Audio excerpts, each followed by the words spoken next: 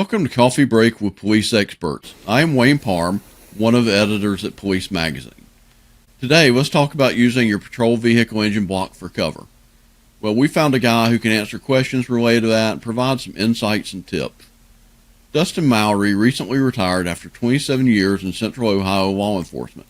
His career included roles in patrol, narcotics, and is both a member and the leader of his department's special response team. He also served on the Firearms and Defensive Tactics units, contributing to training efforts with OTOA and OPOTA. Dustin helped develop key programs such as solo officer response to active threats, defensive tactics, and basic SWAT. He now works as a product specialist at Team Wendy, supporting protective gear solutions for military and first responders. Dustin, welcome. Hi, Wayne. How are you today? Well, today, and to set up, you know this backstory, but I'll share it on video also. At Police Magazine, not too long ago, Team Wendy shared some photos with us, and an officer was taking cover with a patrol rifle behind the front of the patrol vehicle, and we thought about, the old approach of the way officers can take cover behind the front of a vehicle because of the engine block, and we thought we need to talk to somebody about this. And Dustin, I understand you're a guy who knows a lot about using your vehicle for cover, so I guess we could just start big and talk about why and when officers use their vehicle for cover, and we'll move through other locations, whether it be the front end or somewhere else. And of course, using the bulk of that front end, you don't always have to be one fender side or the other. Like you've shared with me before, if you're at the back of a vehicle and that's out in front of you, you got more vehicle in front of you. Correct. So yeah, we'll just go with we'll start big. And give the floor to you. Yeah. So again, it's going to depend on the situation. Obviously, always situation dependent, but also looking at and thinking about it's also terrain dependent, right? So let's talk about kind of big what you're talking about, and let's say using the engine block as cover. Most of the time, we see that engagements or in situations where officers are arriving. The situation is already occurring, it's ongoing, and officers are rolling up, they're turning their cars sideways to put it, long ways across the situation, and then they'll get out, get their rifles or shotguns or hopefully some type of long gun, and then they'll go into it and they'll start using that engine block as cover. We don't initially see that, or we don't see that initially when they are doing the traffic stop and the gunfight starts, or it's an ambush or something like that, because if you do that or go behind the engine block and hunker down behind it, most of the time guys will want to stay on that piece of cover and they don't want to move. And that is not going to be a good thing for you necessarily. The other issue is that, yes, the engine block is a great piece of cover. It can absorb a lot of rounds for a long time. However, the bad guy or the suspect, however you want to look at that, is trying to shoot at you. So if they see that the rounds are going low or they're missing and not getting the effect, just like we would do, they are going to move the muzzle of their weapon up, and they're going to start, putting rounds up into the hood of the car. Those could skip, still hit you in the face, arms, or whatnot. So what we suggest, and when I'm teaching vehicle classes, is get off of the vehicle. So we say weapons distance away from that, or one step away and weapons distance. So if I can get away from the car, if I'm specifically using a rifle, getting off that vehicle so I can maneuver around the car, but it's going to give me a better angle from the vehicle. So if the rounds do skip, I'm not going to catch those rounds in the face. I guess also if you're glued closely to the side of that vehicle, between round skipping and some penetration there, you're also more exposed to shrapnel. You are, if absolutely. You're close in. Yes, absolutely, and a lot more shrapnel can come in there, and it's just it cements you to that vehicle, and you don't want to do that. Mobility is going to be one of your biggest friends there. Well, how do you use the front end of that vehicle for cover, and still maintain visual contact with the subject? Take your shots at the subject. How do you not expose yourself when you're trying to keep eyes on them or fire those rounds off? So things you can do, again, keeping distance a little bit, weapons distance. What we say is one step in a weapon away. So I'd be one step away from the car, or a step and a half, and then my muzzle from the weapon that I have, either a rifle or a pistol. I'm going to be away from that. The other thing, again, if I need to take a knee and get behind the vehicle because to lower my exposure, yes, I will do that and get behind that. But in all reality, what you want to do is you want to maintain mobility, again, because the suspect, if he loses sight of you, what is he going to do? He's going to start moving on you. So getting lower to the ground and then cementing yourself there is not really going to be the issue, or is not going to help you. The other thing I think that a lot of people think about or talk about in law enforcement is we always talk about the tactics portion of this. And I'm not saying tactics aren't important, because they are. And I think we've done a pretty good job in law enforcement in the last several years, in my career in 27 years, but even more so, let's say 40, we've done a very good job of looking at the use of tactics and how to be better at that. But in all reality, where we're having the issue is it's a shooting problem. And we have to teach officers how to be more dynamic or aggressive when they're shooting, when the shooting starts. How do we know that officers are not doing well in a shooting? It's super simple, right? We can look at two different things. We can look at body cam video, and you can see how officers are moving and getting around their vehicle when the incident happens. But also we can look at the FBI stats. Most say, right, and again, this is dependent on where you are in the country, but it's usually a 13 to 17% hit ratio. So let's cop math that and say it's 20%, right? And if we fire 10 rounds at them, we're only going to hit them with 2. Predominantly, we're going to hit them in the legs, and we're going to hit them in the stomach. That is not putting the suspect down and stopping the aggression, which isn't ultimately what we want to do, correct? So if we start looking at the way that we're training officers in either a practical way of training or a performance-based way of training, what you'll see is officers are going to do better in these gunfights. And you can see the agencies that use practical or performance shooting for their training model are actually doing better throughout the shootings that they have. My mind goes back to something you mentioned a few minutes ago, that traffic stop that goes bad, and that all too frequently happens. Yes. How can the officer use that vehicle for cover in that situation? Of course, you're probably right behind their vehicle. Yeah. There's not much room to work with. Do you create distance? What's the best approach? Yes. So it depends on where you are on the vehicle, right? So you do your traffic stop, and you're paying attention to the indicators that are going on, and you're looking at where is the traffic stop happening. There's really 3 different places that the gunfight starts. You're either at the vehicle, you're halfway there between bumper to bumper is a good way to think about that. I call it no man's land, or I'm just exiting the vehicle. If I'm at the car and the gunfight starts, predominantly I want to move to the rear of their vehicle.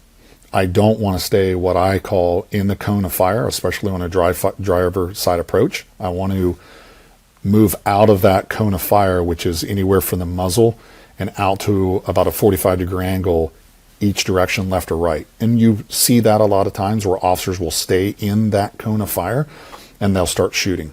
If I move to the back of their vehicle and I start to maneuver around, you're going to increase the probability that you're going to survive the gunfight. I'm not saying you're not going to get impacted. What I'm saying is that you're going to survive the gunfight by moving to the rear of the vehicle. And then you're going to start getting your gun out of the holster and start shooting. The other thing we have to think about is when those incidents happen, and we've seen hundreds of them on body camera, and you can again look at the FBI stats, what you predominantly see, or you see a lot of times, is officers start shooting at the pace of panic, right? So why is that happening? Is it because it's a tactics problem, or is it because they're not confident with their weapon? I'm going to say it's because they're not confident with their weapon. It goes back to making them confident with the gun that they have when they're on duty every single day. Just like driving a car. The first time you got in a car, it probably did not look good, right? You were probably, especially if it was a stick shift, you're trying to figure out all the pedals and you're going around, right? And I explained to police officers in a way of, okay, remember the first time you ran lights and sirens by yourself in the cruiser and there was no FTO there. How did that look? And everybody's like, well, it wasn't good. I'm like, okay, let's talk through that. Why was it not good? Well, I was trying to roll the windows up and I had the music blaring and I'm turning that down and I had my coffee and there was 15 million things going on, right? And I'm like, okay, who here has 10 years or more on, 15 years or more? You guys raise their hand in class. I'm like, okay, what's that pursuit look like now? And everybody jokingly says, well, I'm steering the car with my knee. I'm rolling the window up. I'm talking on the radio. I'm drinking coffee. I'm doing all these other things, right? And I'm like, why are you able to do that? Well, because I've done it a bunch. It's the same way with shooting, right? So again, I'm not saying that tactics are not important. They are very important. But what we're in reality talking about is a shooting issue, not a tactics issue. On a traffic stop, again, depending on if I'm around his car and the gunfight starts, once there's a pause in the shooting and he's either down or I'm not sure where he is because he moved, it's nighttime, there's, whatever, it's raining or snowing or whatever. In that pause, move to the back of your car or bounce to another vehicle. If you're on the street and there's vehicles behind you or beside you, start maneuvering on them and get to a better position. In the long run, that's going to help you. Again, mobility is going to help you in this situation, but the most important thing is going to be the shooting piece. And that mobility allows you to create that distance and space. Absolutely, yes. And then I can maneuver to a second, third, fourth car, and I can start to maneuver on him, and then I can get on the radio and start calling for backup and other officers, and then the cavalry can start to arrive and come to me. I guess it doesn't go as easily when an armed subject comes out of the car and you try to retreat all the way to the back of your own. You just don't do that. Too much movement. Yeah, don't do that. Can't stay focused on them. No. I mean, if you look at the vehicle, where officers predominantly park their car on a traffic stop, right? So the rear of the vehicle to let's say the front of their car is anywhere between 15 and 17 yards. So that's a pretty good shot, right? So if you take out that 5 or 6 feet from the front of their vehicle and you get to their door, you're still at 12, 13 yards, maybe right in that area. And what's happening is when he's getting out of the vehicle, and if you're running to the back of the car, you're giving them all the time in the world to steady their hand, bring the gun up, and start shooting at you, right? And the way I explain that again is what you've just done is you've taken all this time, right, that you had to maneuver, and because you're taking the time to run to the back of your vehicle, you're pushing that time over to the bad guy, and you're just saying, I don't want that time. And of course, what does the bad guy do? He takes all that time and says, oh, perfect, thank you, officer. And then he'll start putting very precise rounds on you because he's not having a gun pointing at him, you're running away. He's now the predator, you're the prey type of mentality. So basically, face the fight, straight on, using the advantages of his car movement, and then when a break allows, you can create more distance. Yes, absolutely. Yep. You've got to be aggressive in the movement and also in the shooting.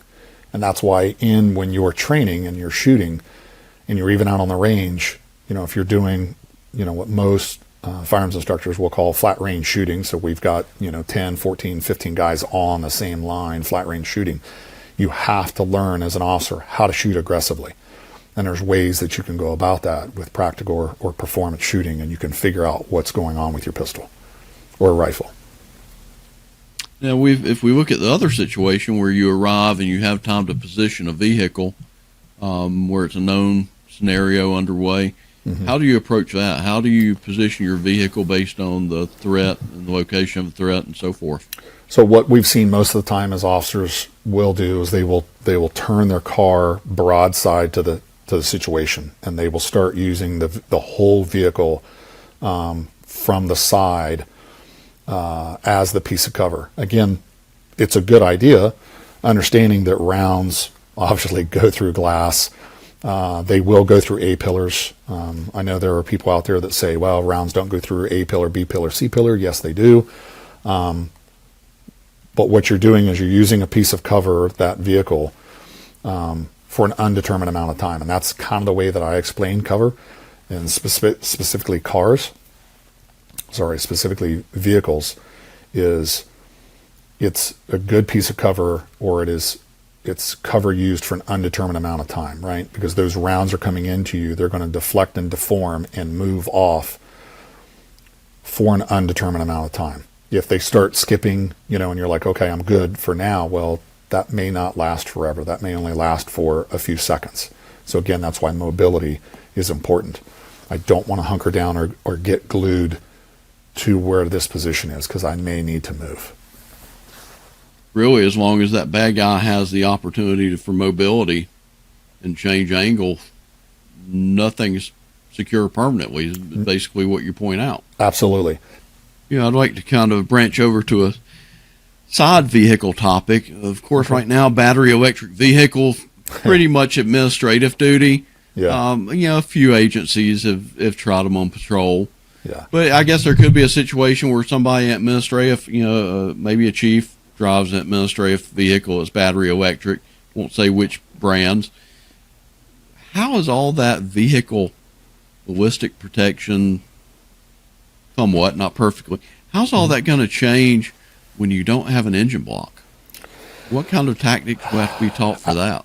Again, I don't think we really have to change the tactic. I think we can still use the same principles that we have been using in the past, of using the vehicle for cover, trying to put much of the vehicle between us and the suspect as possible.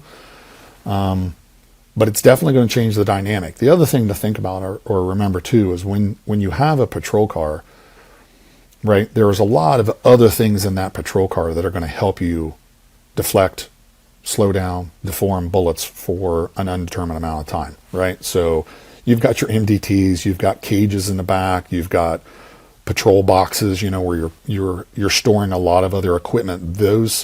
All of that stuff in that car will slow those rounds down. Will it permanently stop them? I've seen some incidents where the back of a vehicle has taken a lot of rounds, 50, 60 rounds from a suspect, and it has stopped those rounds. But it's because of all the other stuff in the back of the vehicle. The EV vehicles, from my understanding, those batteries are on the bottom of the car. So it's not necessarily going to help you or aid that much with stopping rounds. Well, I guess visually, the profile of the vehicle would still give you some concealment, even if you don't have shielding. Right. Yes. It will still give you some shielding and give you the ability to use that vehicle for cover, for sure. What about, are there differences when you consider vehicle cover between, a four-door patrol sedan type vehicle and an SUV? One thing that comes to mind is, do you have more exposure when a vehicle has higher ground clearance? Do you have to worry about rounds coming off the asphalt? Yes, you do. You have to worry about that. But again, most of the time, the bad guy and the officer, or the suspect and the officer, this is a very mobile situation. The officer or the bad guy is maneuvering as quick as they can. So you'll see them use that for pieces of cover. Again, using the A, B, or C pillar for cover is good for a moment, but you're only talking about something that is 5, maybe 6 inches wide. And I call the pillars transitional cover. So I'm moving from one piece of hard cover, let's say like the conversation started originally with the engine block, and I'm trying to maneuver to the rear of the vehicle because there's more mass, there are more things. That you got like I said, the patrol box, you've got all these other things in the back of the car, and I'm moving because I need to get a better angle on the suspect, or the suspect's moving on me. But as I'm moving to those other pieces of cover, or even another vehicle, I see an opening on the suspect. I see right there, and I'm at that B pillar or C pillar. Well, I can take a few shots and get some rounds on the suspect, and then I can continue to move and get to a better position. So that's why I call them transitional cover. They're not hard cover. So it sounds like some of the key elements really involved aren't metal and rubber and upholstery, is really instincts, training to be a better shooter, and maintaining that mobility and not being locked into place. Yes, absolutely. Use the piece of cover, but understand that it's not going to be cover forever. you know, because the bad guy has a vote. He has a vote in the fight just like we do, right? It's just, you know, and I explain it to officers as it's just like if you watch a boxing match or MMA or any type of physical fight, right? Or a fight that you've been in. How many times have you been in a physical altercation where it started and stopped in the same exact spot you were standing? That doesn't happen. It's the whole fight is a living, breathing, moving ball, right? It's everybody's maneuvering, and we're trying to get better angles on people to put them down, either with some type of strike, or if a takedown is needed, or if that's going to be a ballistic type of situation that we need to use ballistics to solve that type of situation. Well, when it comes to using vehicles for cover, you have taught me the majority of it's really not about the vehicle. Am I right? Yeah. When the situation needs to be solved with a gun, it's about the gun. It's about the gunfight and shooting better. Yes, you can use the cover, and I'm not saying don't use the cover. I'm 100% advocating using that cover, but don't overthink it. Think about learning to shoot better, and putting rounds on target to put the suspect down and stop that aggression. And ultimately, it's all about stopping the threat and going 100%. home safely. Absolutely, yes. Well, Dustin, you brought some great topics to the table today. We appreciate this, and hopefully we'll talk again sometime. Absolutely. This video has been sponsored by Trigicon. Trigicon, you know the names, the ACOG, the RMR, the MRO. These are just a few of Trigicon's innovative products, always designed to be as durable and reliable as the heroes who carry them.